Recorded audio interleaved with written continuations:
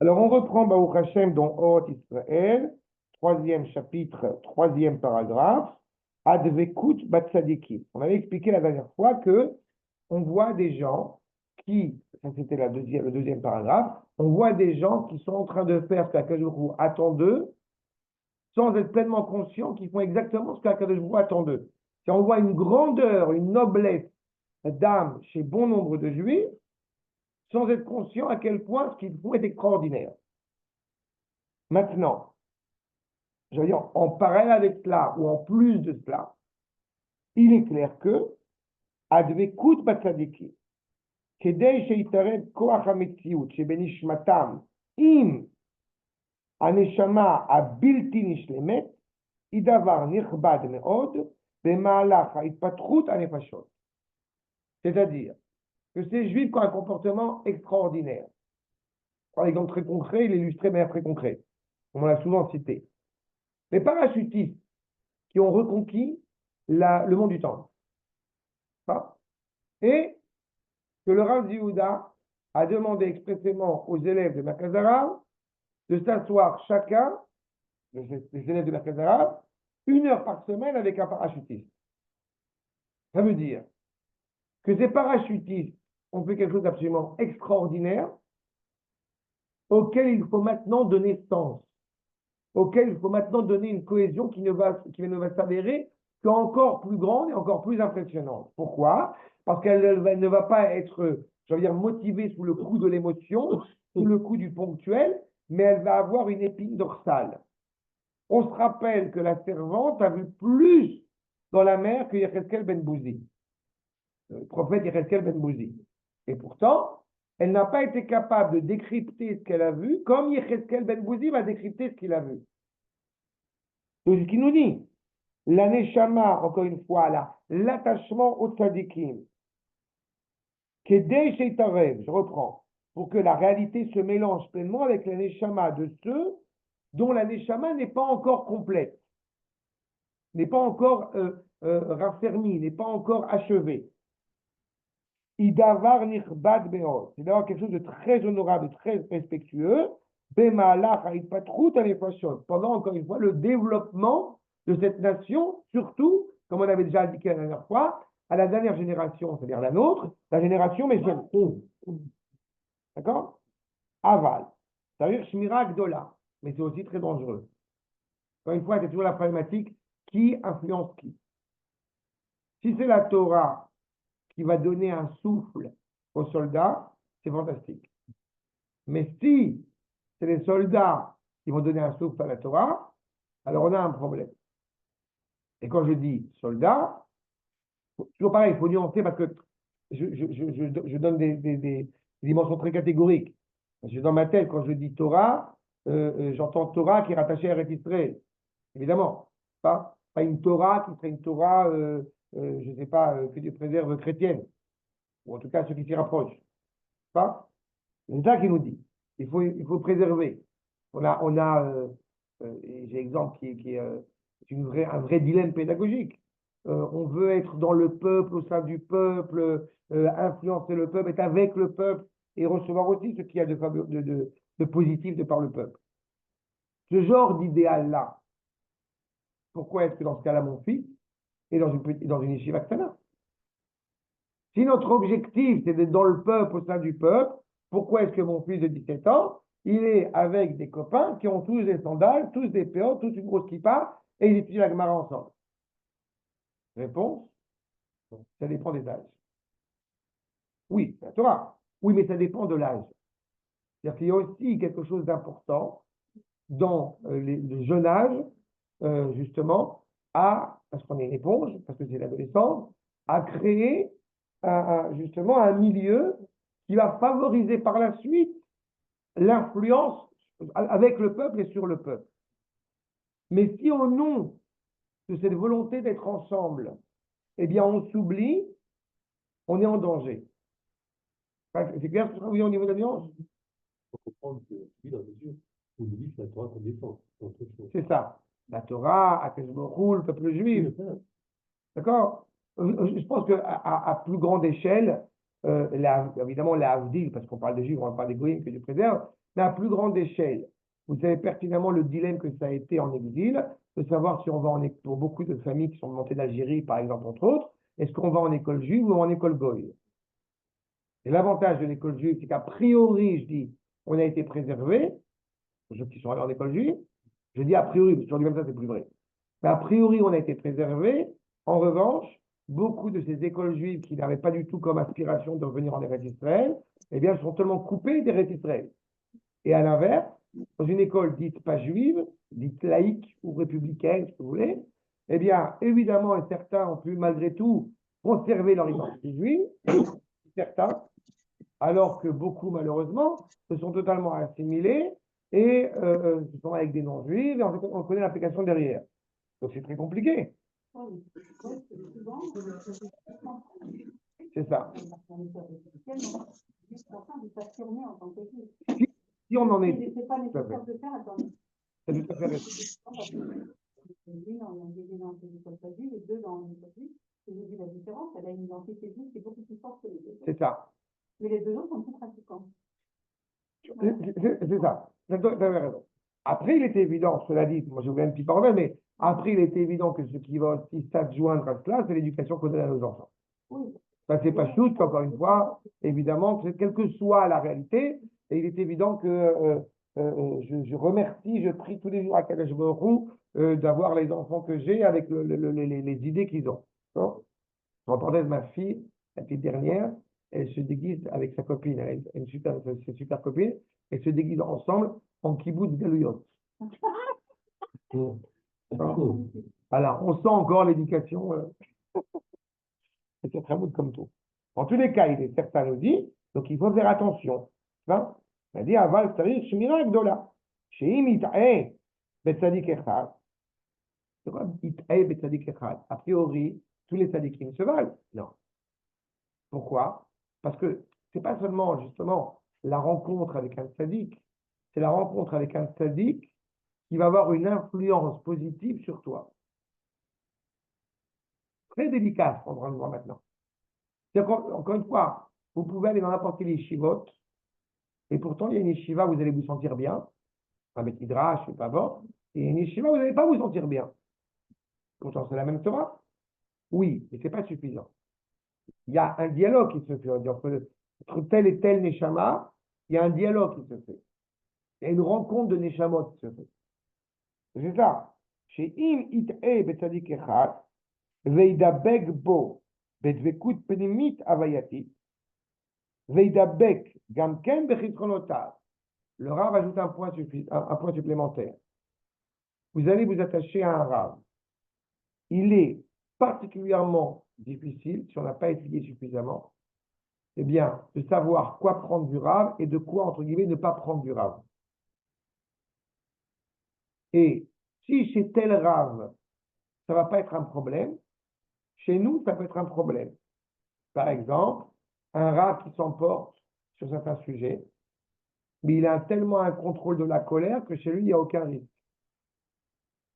C'est un emportement qui te préserve, qu'il écarte de la Torah, qu'il écarte de la Kadosh Baruch Hu. Mais si on va prendre chez ce Rav la colère, mais on n'a pas tous les paramètres derrière, eh bien chez nous, ça peut s'avérer dramatique. Parce qu'on va prendre la colère sans prendre la retenue, sans prendre le contrôle.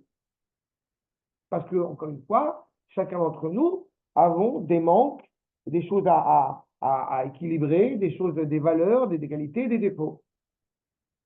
N'est-ce pas? Et comme il est impératif de se rattacher à une parole de Torah, mais cette parole de Torah, elle est transmise clairement par une personne, par un maître, avec toute la grandeur qu'il a, mais avec, encore une fois, un caractère et une manière de voir les choses, visionnaire quelle qu'elle soit, mais qui n'appartient qu'à lui. Et donc, de la même manière qu'une valeur va influencer le Rav de manière très positive, cette même valeur peut avoir une influence profondément négative chez nous. Prendre un exemple. Il y a une fois, quand il voulait organiser quelque chose dans un pub, et quelqu'un m'a dit, oui, mais on peut y aller parce que d'abord, le Rav Arouche est allé dans ce pub. Bon, c'est un maître, ainsi dit, un peu dressé comme ça. Et je le respecte tout à fait, c'est pas ça le problème. Mais quand on m'a dit, oui, le Rav Arouche, il est allé dedans. Et la vraie question, elle est de savoir, pourquoi le Rav Arouche, il est allé là-bas? Si vous voulez aller au pub, est-ce que c'est vraiment pour faire comme le Rav Arouche? Mais le Rav Arouche, en l'occurrence, il est allé dans ce pub pour aller influencer les Juifs, pour les ramener à la Torah. N'est-ce pas? Quand on va prendre n'importe quel Juif qui va aller dans ce pub, c'est pas certain que ce soit ni la motivation, ni la finalité de ce pourquoi il va aller dans le pub. Donc on ne pourrait pas dire, comme le Rav, il est allé, donc je peux y aller. D'accord?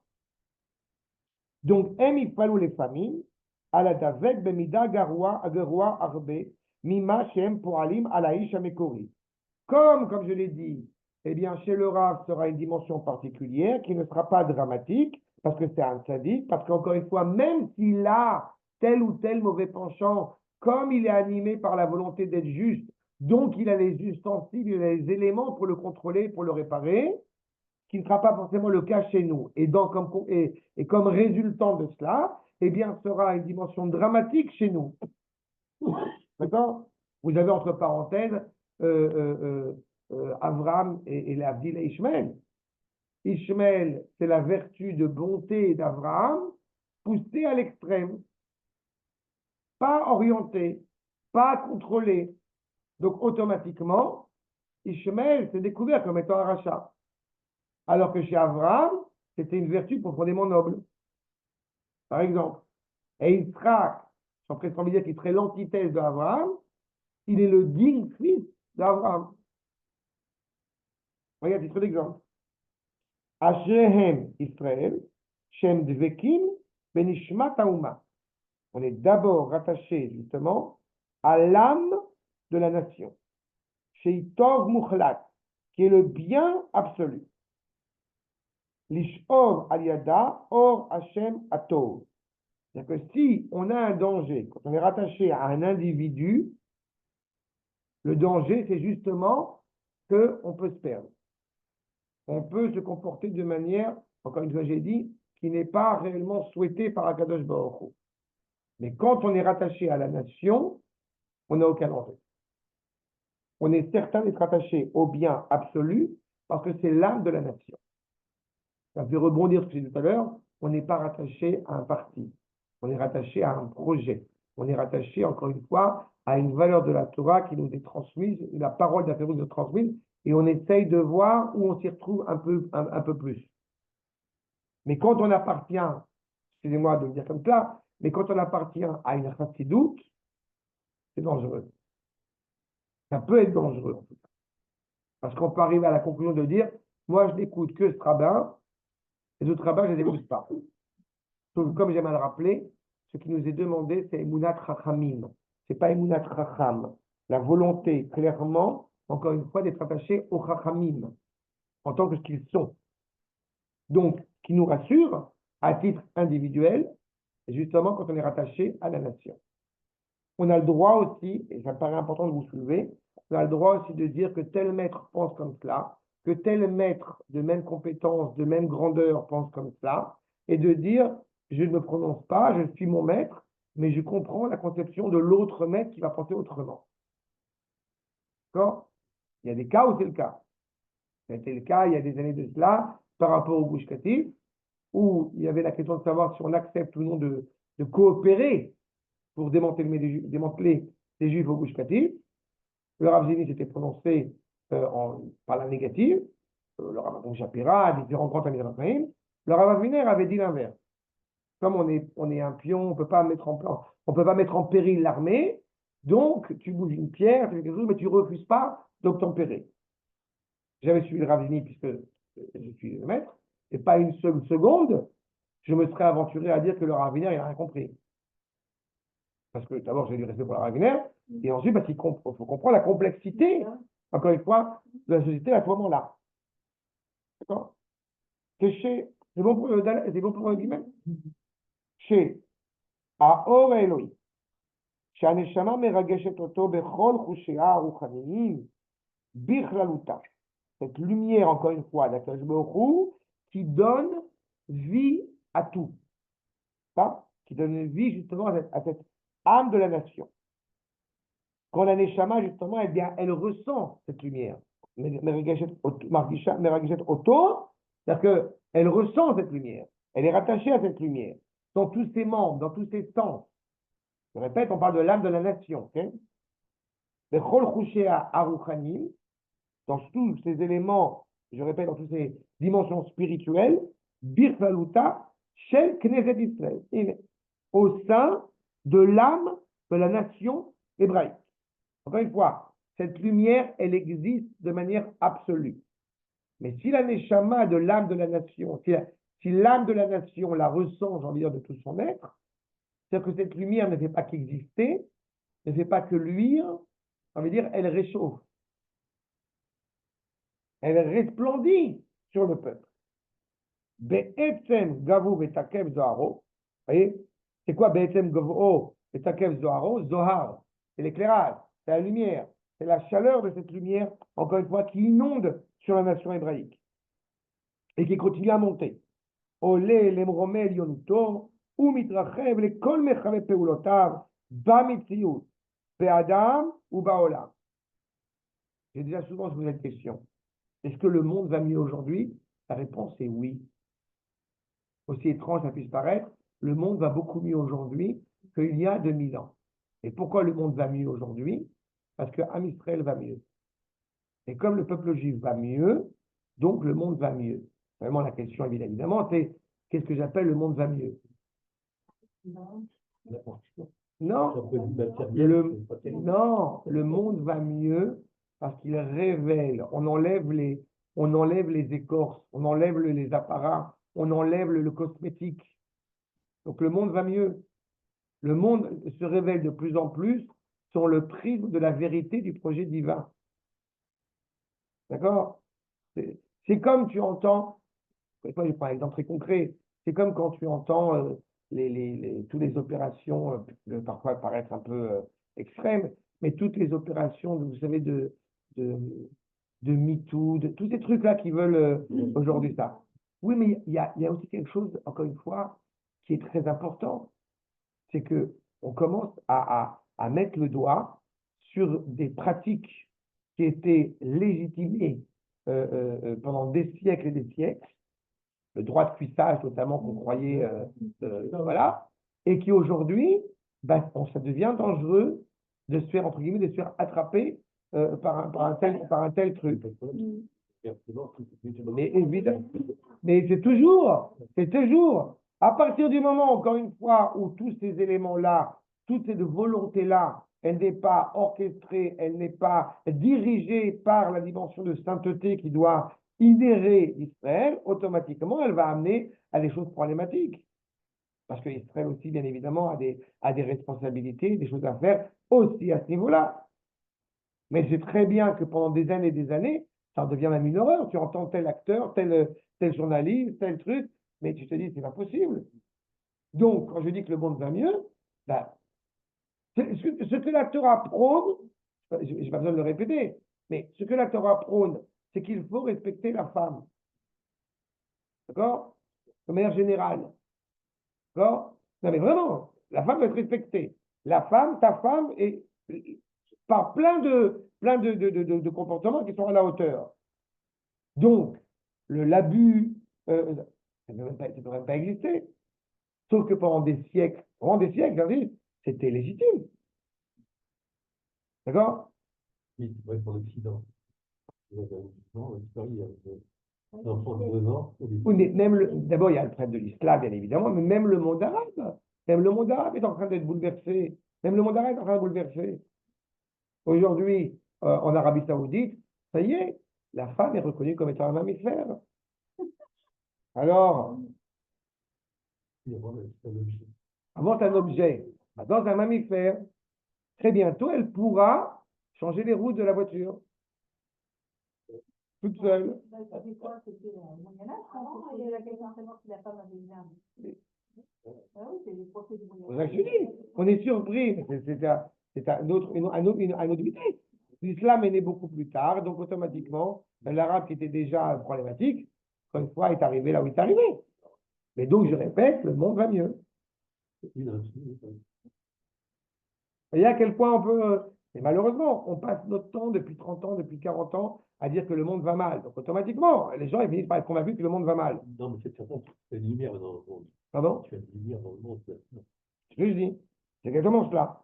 C'est pour ça que le Rav dit clairement que cette lumière, encore une fois, plus elle va luire en Israël, plus elle est présente en Israël, plus donc elle va s'exprimer en Israël réellement, elle aura des répercussions, et elle a des répercussions dans la réalité, Béadam, donc dans l'humanité, d'abord dans Israël, et Baolam, dans le monde entier.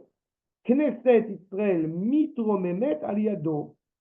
Le Ham Israël, je répète, est marié avec Akadosh Baruch Hu. Le mariage est organisé.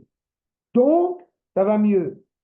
Parce que le Khatan avec la Kala, eh bien, ils sont de plus en plus dans une paix du foyer. Il y a un siècle, c'est quelque chose. À peu près, oui. Oui, c'est vrai. Ou mitraberet, bechibour, ahava, medoar. On s'aime. Malé chaim, chokhma, chesed, le gvura, rempli de vitalité, rempli de sagesse, rempli de bonté, rempli de vigueur, netzar, d'éternité, hod, toutes les sphirotes d'Akadosh Baruch Hu. Quand ils voient, ce que j'ai évoqué tout à l'heure mes enfants, mais je vous ai déjà dit, je parle comme mon nom, mais je ne connais pas, au moins depuis 2, 3, 4 générations, une réalité dans ma famille d'un gosse de 17 ans qui étudie la Gemara, qui étudie le Bavli, qui étudie le Yerushalmi, qui étudie le Tanakh. De quoi on parle? Moi, je suis ému et fier de mon fils et de mes filles aussi, bien évidemment, mais ce n'est pas la question. Mais de voir cet état de pensée auquel nos aïeux, je ne peux pas leur dire mon nom, je ne vais pas vous dire, mais auquel mes aïeux n'ont pas forcément eu accès avec autant de force que nous avons la situation aujourd'hui. Et je prie à Pelbro pour que ça continue. Mais en plus, on a déjà parlé une fois avec Eliette, c'est le cas pour son petit-fils, c'est le cas au Hachem. Donc, on ne peut pas dire, encore une fois, que ça va pas de mieux en mieux. La force, la gvoura. Eliette, tu parlais tout à l'heure des jeunes soldats de 18 ans. C'est quel ça, la gvoura dont il parle. Umit ateret, pe elo. Et donc, automatiquement, la couronne divine, on va dire, à Midgala bechol havaya, se révèle dans toute sa splendeur. Chez Knesset Israël Midgala, et donc l'âme du peuple juif se révèle clairement comme étant le sujet par excellence. Askenosé à Mekabel est à Or Elion. Même si, encore une fois, nous sommes clairement limités, puisque nous sommes des réalités humaines, il n'empêche que nous touchons du doigt, j'ai envie de dire, la lumière infinie. La réalité d'Akadosh Baruch Hu. C'est pour ça que je ne répéterai jamais assez que je n'accepte pas ces phrases de on est post-sioniste, c'est la fin de l'État d'Israël. Vous ne comprenez pas ce qu'on est en train de vivre. Abba mimakor yoter ne'erat, qui a pour source, qui a pour racine, eh bien, une dimension plus élevée, yoter ashir, plus riche, memoulé, or en sof, l'irvod et l'ashlemut, qui prend sa source et qui se développe et qui se propage et qui est rempli de la lumière infinie, qui n'a d'autre but que l'honneur et la grandeur d'Akadosh Baruch Hu, encore une fois.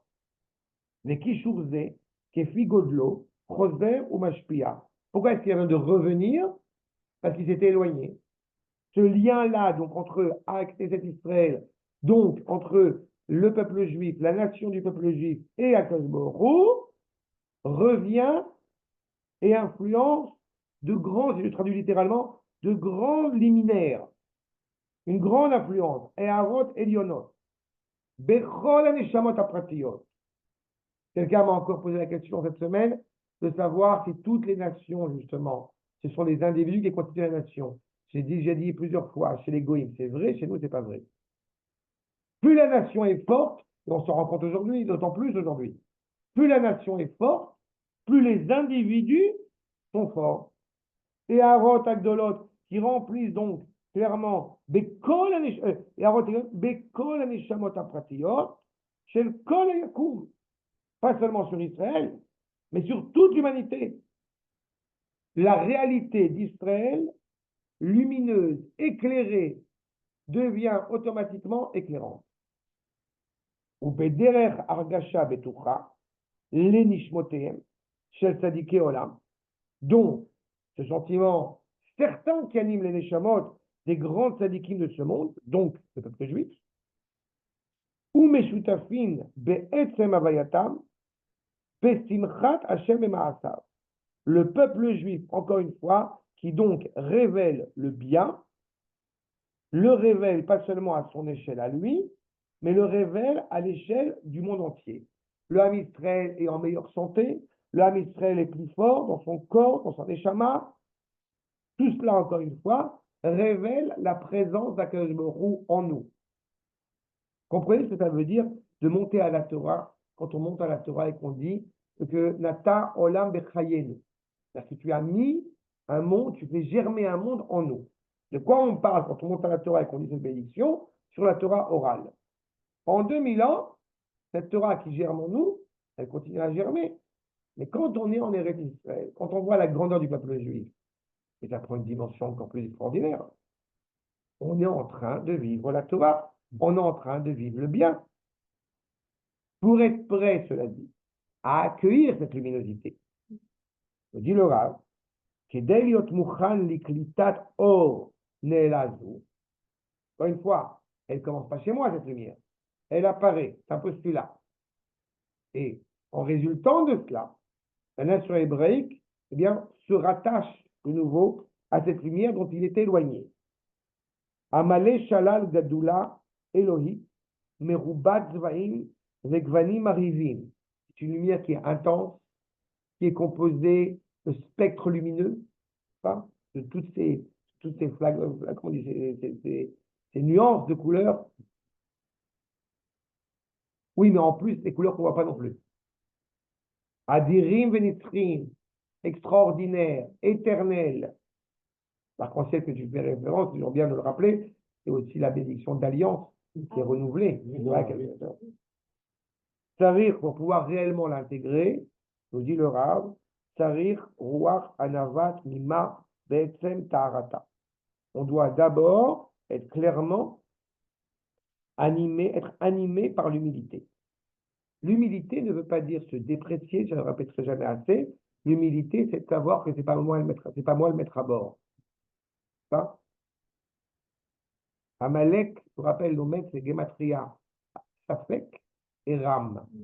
Le doute et l'orgueil. Il y a deux dangers quand on appartient au peuple juif. De douter du rôle qui est le nôtre et de s'enorgueillir du rôle qui est le nôtre. Les deux sont problématiques. Nous, on veut la vérité, le bien. Pourquoi? Parce que nous sommes rattachés à notre Père. Pas? Notre Père qui est sur terre et aux cieux, en même temps. Pas que aux cieux. Voilà.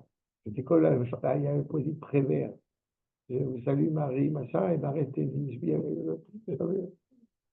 Bref, d'abord et avant tout, de l'humilité pure. Amadricha ose, vous voyez, c'est pas l'humilité qui est dépréciative, c'est elle qui va nous donner cette vigueur, cette force.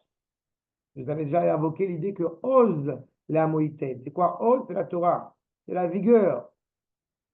Ou mosifa, kavod, et ajoute de l'honneur, hafet, chesed klali, l'école à Yakoub, soit rattaché à la Torah. Ce qui est terrible dans la problématique, quand on a évoqué cette idée qui est malheureusement le débat ces derniers temps, encore plus sur le rapport à l'armée, avec la Torah, etc. Ce qui me peine profondément, c'est quand j'entends la phrase de dire Ben Gurion nous a dispensé, nous a libérés de l'armée. Mais je ne comprends pas. Tu vas ou tu ne vas pas à l'armée parce que tu écoutes Ben Gurion? Depuis quand tu écoutes Ben Gurion? Ben Gurion, c'est ton rave? De quoi on parle? Et de l'autre côté, on a une dépréciation, un mépris de la Torah. Tu veux étudier la Torah, c'est ton droit, mais pas sur le compte du peuple. Les deux sont dans l'erreur en réalité. Parce que quand on saisit la Torah dont nous parlons, c'est une Torah qui est là, encore une fois, pour raffermir la flamme au sein du peuple. Donc elle ne peut pas être individuelle. Elle ne peut pas être motivée par des considérations individualistes. C'est ça qui est terrible. Donc au contraire, plus nous allons être rattachés, encore une fois, je répète, à cette âme de la nation, parce que nous savons ce qui doit être. Nous savons où est l'honneur d'Akadosh Baruch Hu.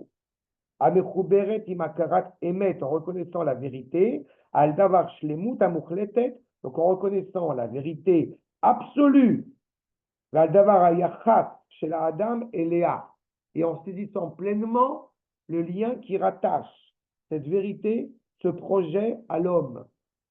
Mais tu as la prétention de croire que tu connais Dieu. Non, je n'ai pas la prétention, je le sais. C'est quoi je connais Dieu? Je sais la manière dont Akadosh Baruch Hu se révèle à Israël grâce, Baruch Hashem, aux paroles qui nous ont été transmises depuis 2000 ans. De penser l'inverse, ce ne serait pas de l'humilité. Pardon? Depuis 2000 ans, ok? Bien sûr, bien sûr. Et de penser l'inverse, ce ne serait pas de l'humilité. Ce serait malheureusement ne pas reconnaître le rôle qui est le nôtre. Chez Aliata, ou mitmalé, grâce à cette reconnaissance de la parole vraie et authentique, l'homme, vous, c'est Adam, se remplit. Se remplit de quoi? Sima'on l'Elohim. J'ai soif. J'ai soif d'Akadosh Baruch Hu. J'ai soif de cette boisson bienfaitrice, bienveillante, qui ne m'abreuve jamais parce que j'ai toujours aussi soif. Et j'en suis fier d'avoir conscience soif. Sima'on l'Elohim, verananat kodesh, ra'anana venelsa. Rempli de vitalité, animé par la sainteté, qui est toujours vitalisante, toujours, j'ai pas entendu, de les à l'aise, embrasser, comment on dit, comme dit, ouais, embrasser, se retrouver, presque, j'aurais presque envie de dire amoureuse, d'accord? Mais ça, d'accord? On est à soif de ça.